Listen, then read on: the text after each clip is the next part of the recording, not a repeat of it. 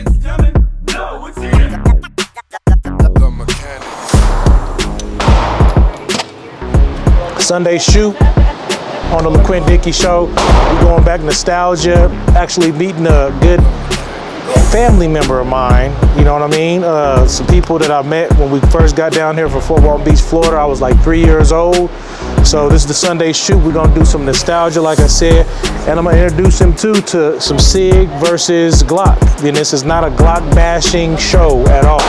I got two Glocks. I got the Glock, what is that, the M some shit, the Army version, and I got a 40 caliber too. No, it's not a 40 caliber, it's a 9, but it's a Glock 40. See, Glocks confuse me with all the 35, 25, 16, 12, 13, 11 and shit, but it's not a Glock bashing one, but we will do this shit today on the LeQuint Dickey show, Sunday shoot. What up, R? Fam. What's up, baby boy? Good, man. How you doing, big bro? Ready to get at it? All right. Ready to get at So, it? yeah, we gonna do it. He shoots a Glock. That Glock. I'm gonna introduce him to some Sig. We gonna got a little easy. We got some Hitman. Of course, we got the P320, one of my custom builds. So I'm gonna let him go ahead and rip some. We just gonna go over the basics again. Yeah. Come up under here like this. You know what I mean? And then get your sights lined up, just like this. Yeah. And then you'll be looking at the top, not at the white. Not at the white. Yep, just right at the top of that thing. You know what I mean? Okay. Hold your grip. There you got big ass hands. Yep, just like so. You ready to fire and shit? You know what I mean? Your fingers on the trigger when you're ready to destroy everything that's in front of it. Right on. Cool. All right. Yep. So let's get down to it, and then I'm gonna get you some Sig action. Yeah. You know what I mean? Start that. Right at the top of it.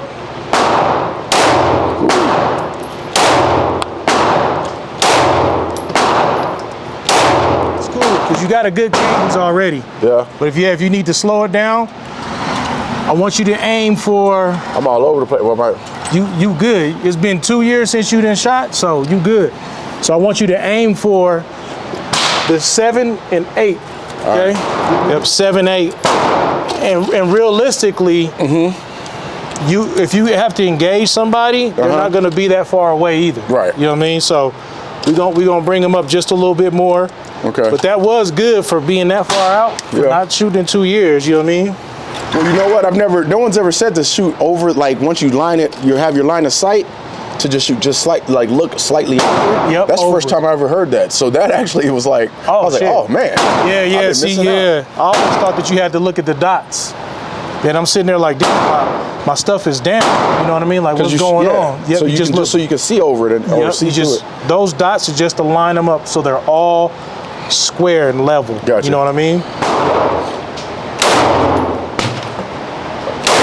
There you go.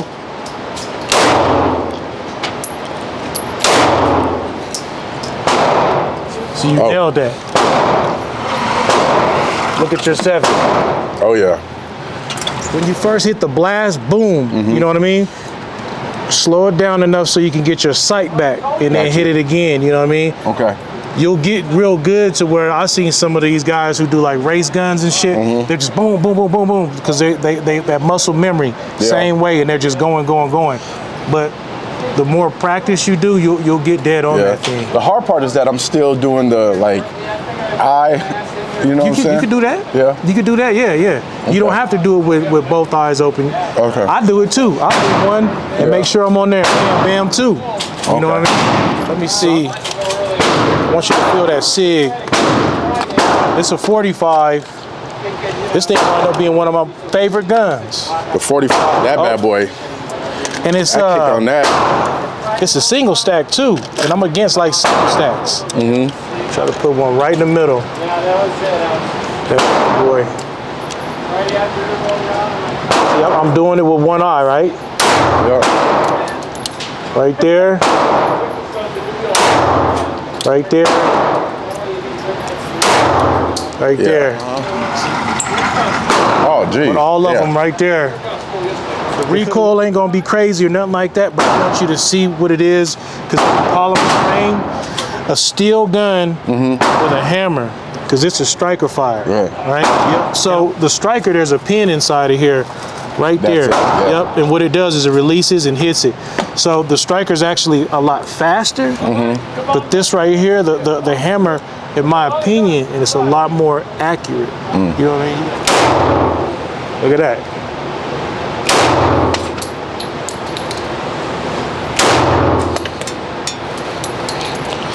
What'd you think?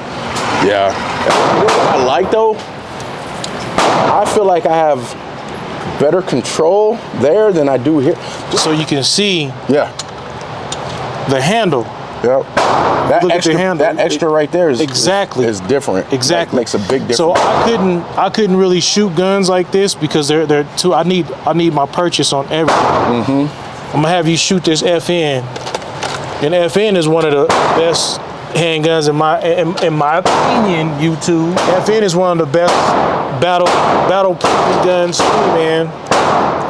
But Glock is like law enforcement, right? Yeah. Everyone has them because they're cheaper. They're within the budget. You know what I mean? These right here aren't really within the budget.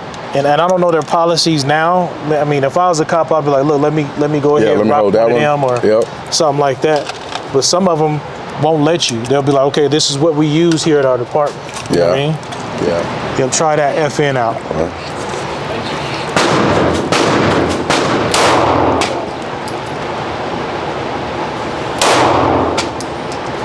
Yeah. I have so much more control over that than I do this. It's not fun. And the crazy part is like, I feel like this without as much control, then my recoil for this is greater than this. You know what I'm saying? Like when I'm shooting this, my recoil feels heavier or feels less, I'm less in control. I'm more in control. So, and I want to say with that too, if you see how this is angled downward, you see that? So when your blast comes, they manufacture these, man, and they do the R&D to where that recoil is going down, you know what I'm saying? Downward. This, but that's going up. The Glock, and like I said at the beginning, I'm not bashing Glock. I got two of them. You could just tell that this is in a manufacturer that they just hurry up, press, boom, boom, boom. They're reliable, they are. But like you said, I got another one that's a full size, and when I shoot it naked, I could feel like it don't feel good right up in here. And again, not bashing them. But yeah, these, the full control of it, and I should have probably turned this on for you too. But yeah, the full control, like, they're perfect. Load that up one more time. Yeah, Give me 5 of those. I got you. We're going to do better than 5. We're going to do better than 5. Give me 5. Yeah, and like I said, I got something in this bag you're going to like too. Some nostalgia back when we was kids, man. But no, go ahead, and while I'm loading it up, man, just tell the people a little bit about like what you do with the kids at Mount Bello. Yes. I'm an athletic director and assistant principal at Mount Bello. 16 going on 17 years. Always been in athletics. Athletics has just been a huge part of what I've grown up doing. I played football at Iowa State, then I transferred to Northern Colorado, where I finished up. And athletics was just a huge part of my life growing up.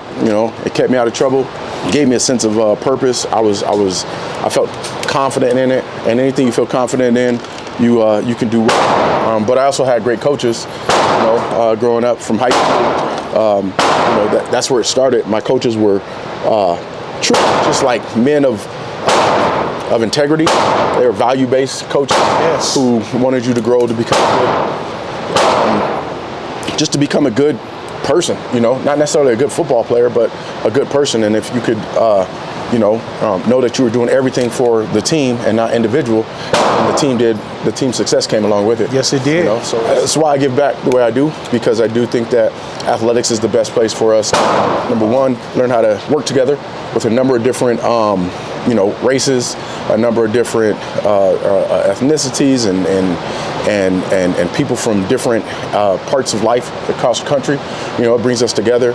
Not everybody has to like each other, but you do have to find a way to get along with one another. Yes, sir. And you have to be able to work as a whole. To be, to accomplish the goal. And then after that, you know, if you have good coaches that are really pouring into you as a young man, then on top of that, you're gaining life experience that you don't get in the classroom. Classrooms will teach you how to do math well, teach you how to read well, teach you how to write well, and everything they're supposed to do in that aspect. But athletics teaches you about life because it's the ups and downs of life. You know, Yes, nothing's perfect. Nothing's going to be. Every day is not going to be great, but every day is a chance to get better. Every day is a chance to grow. Every day is a chance to turn your downs into ups. You know, because they're going to happen. Yep. You know, so I think it's a great thing. And then doing over at Montbello is just amazing. Bringing back Montbello as a whole because it was shut down, you know, and now bringing it back to the community as a high school was huge. Great coaches, great teachers, great leadership, you know, that is bringing back to a community that much knows it. It's a legacy school. There's tons of people who've gone through there that are doing amazing things actually in the world today. Yep. You know, from every aspect, athletics, politics, music. I mean, if you want to, there's something, it's regular business. You know? Yeah. My brother has done a good job of having gone through those doors. Now bring it back. You know, it can't be the Montbello, but it can be. It's the base is still there. The foundation is still there. And now it's a new Montbello standing on the very strong base that was built in 1980. Yeah, man. And I would love to go talk to the kids sometime about plumbing. You know what I mean? Oh yeah. You know, that would be it, man. But I'm super proud of everything you did. I always been proud of you since we was kids. Yeah, man. yeah, right. You know what I mean? Like I said at the beginning, I was 3 years old. We came here from Fort Walton Beach, Florida, and they were the first families that we got interacted with. Yep. And, you know, we just grew up together. Big bro had a bike before everybody. You know what I'm saying? He had the Bad album and stuff. We had endless summers, man, sleepovers, all that, man. So we grew up, man. So just seeing us in these heights of our lives now, man. Which was in Montbello. It was in the Bellows. It was in the Bellows. Yep. But seeing us now as, you know, older men, family men, we got kids and stuff too, and yeah, just doing some positive stuff, man. I'm super proud of you, and I'm glad I got to get you on today for real, man. Oh man, you know I'm proud of you, man. All that you do, having your own business. You know, being dedicated to your craft, dedicated to your kids, and, you know, appreciate that. You know, from where we came from. Yes. You know, it wasn't. That wasn't just like a no-brainer. Hey, everything's gonna be good in your life. But it goes to show that, you know, with hard work and dedication and being committed to doing something different from what we grew up and what we knew growing up, that we had a chance to, you know, make a better way for ourselves and for our families. And that's what it's all about. You know, you get one of these, and hopefully if you are staying focused in what needs to happen the right way, which you've done, you know, our families have done, you know, is what we're looking for, man. That's all. Man, I'm super proud of you though, bro. Appreciate that. Appreciate that. Keep me back, but get me back on this. Come on. This the FN. I put 20 in there. I mean 10. Yeah, go ahead. You feel that control? Yeah.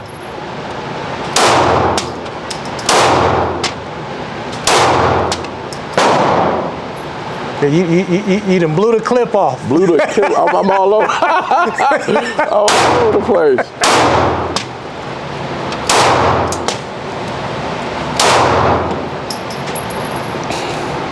You like the FN? I like that. There's so much more control with that though. You hit this one right here, you scalped him right there. Yeah. Oh, pinky perm just. That's it. No more S curl. Nope. Get that S curl off.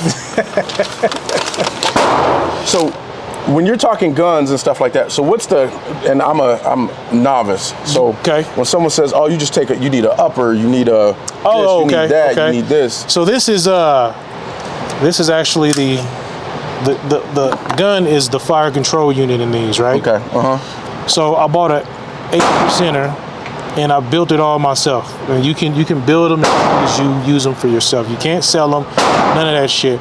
But I just got fancy and just engraved a little bit on there because the number is usually on here for your gun, right? Yeah. So this is the group, I don't want to say lower. Yeah. This is your grip, and this is of course the slide and everything, barrel, all of that, right? To build one of these, you're doing time and you're putting your passion in there, and it's a skill too, and you gotta love to do that shit. So for somebody to be angry at another human being, to say, I'm in here, I'm gonna love to this, to go harm somebody. Yeah, you don't see it. It's not possible. Yeah, so this right here, I built 3 years ago, and it's perfect, man. It shoots perfect. I love Sig. People know that. I also love FN, CZ as well. Yeah, the thing is perfect. You know what I mean? I got done building and fired it off.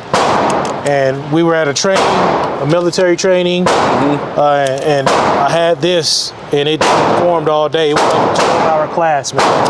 And it performed all day.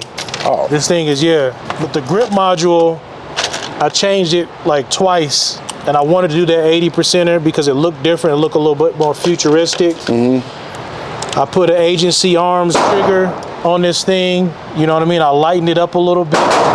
What feels good to you? Flat. I like flat triggers. I like flat triggers because I could feel the wall, and what the wall is just right before the break.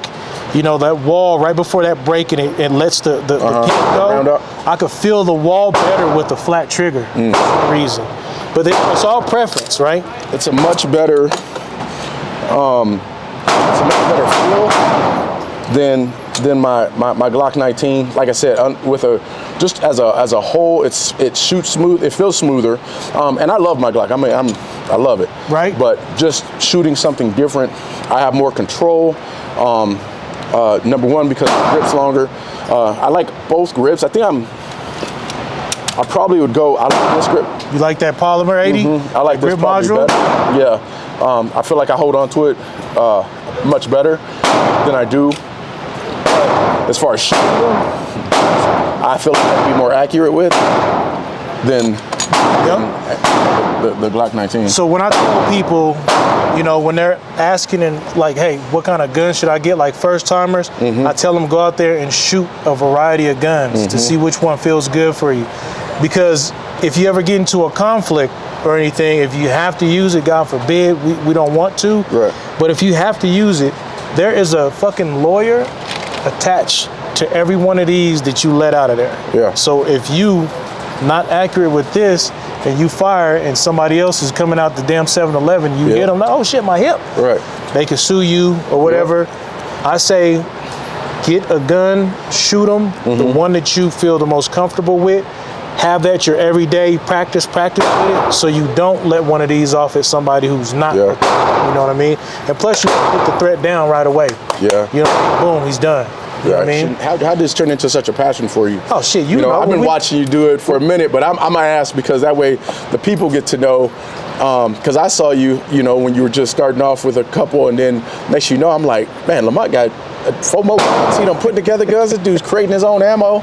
I was like, oh my God, this is you know. Well, when we was kids, man, you know who my man was, Arnold. So Commando, you know what I'm saying? When he went in that scene where he's underneath there and he's like, come on. And it opens up and all them guns, and I was like, oh man. Yeah. You know what I mean? And then, of course, at the end, the climax, when he shooting up everything, I had to know what the gun was. So I'm like, oh, that's a 45 as a little kid. So I started going to Safeway when we was kids. I'd go up there and go get a guns and ammo book. And I read it, start digging into it, right? So when I got a little bit of change, I went and bought a VP 40, a H&K. H&K is a novelty too, bro. They're perfect guns. I bought the H&K first, and then I went to a fucking a gun store, and the AR-15 came into play. And I bought a DPMS. It was just a fucking $500 rinky-dink.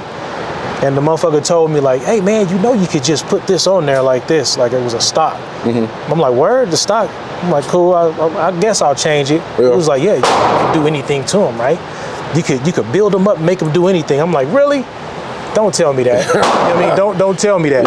So I start getting part pieces and start messing with it, and shit. And then I'm like, oh shit, you really can do whatever you want. You know, I did cars forever, so I like working on cars, building up engines, same thing. And then I didn't know that you could do a school. There was a school, the Sonoran Desert Institute, shout out.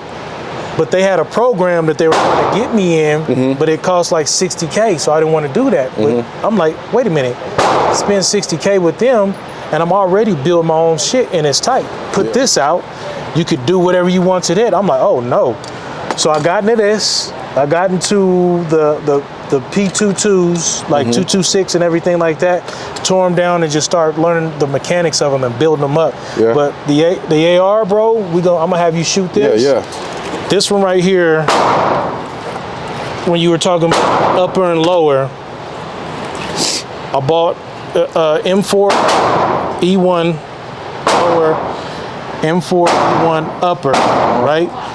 The barrel is a Damian defense barrel, okay? This is a mag pull brace. It's not a stock, it's a brace because it's a 12-inch. The triggers are Geisley. Of course, you know, the Vortex, everybody knows I love the Vortex. So this is a magnifier, the whole nine. This is the bad lever right here. Strike Industries mag release. Oh, it's for you if you're out of ammo and you're bussing. It clicks back just like the blowback. So you can reload this thing, right? You reload it, boom, and then you hit it, bam. So you don't have to do that. So if I'm on it, and I'm done, I could just get in there and then just hit this bad lever instead of doing this and then going like this and then trying to get back on target. Oh, okay. You know what I mean? When I build mine, I always do a 5.56 barrel because it can shoot 2.23 and 5.56. You know what I mean? This rifle, how it's set up, is set up for close quarter combat. Right. You know what I mean? You could walk through a room if you had to. You can go through fucking doors, everything. So this, and it's smooth. It's smooth. And it's fast. So that's that bad boy. It's smooth too. It's not like, oh yeah. I was expecting more recoil, more kick, but yeah, you can no recoil or nothing like that. The AR, you could just, you know, one-handed. You know what I mean? Bring it back here for your stabilization, and you could, you know what I mean, if you got to rapid fire that thing. But for our nostalgia though, bro, and I got the right mag to this motherfucker. Okay. CZ Scorp.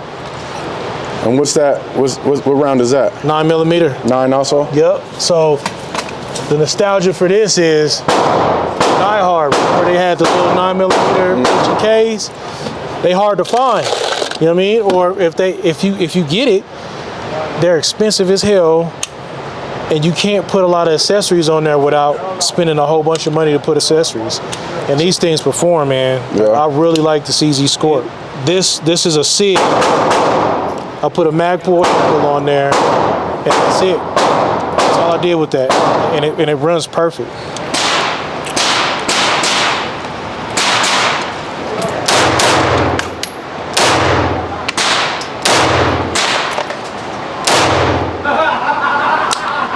Oh yeah. What'd you think? I like it. Just for to build control, and then moving. But I mean, it's fun. Yeah, it's fun. I want you to try these out, man. Like a full handle, because if you're losing control on your Glock, it might be something for, you know, wifey if she got smaller hands. You know what I mean? If you get better with these, I say switch over.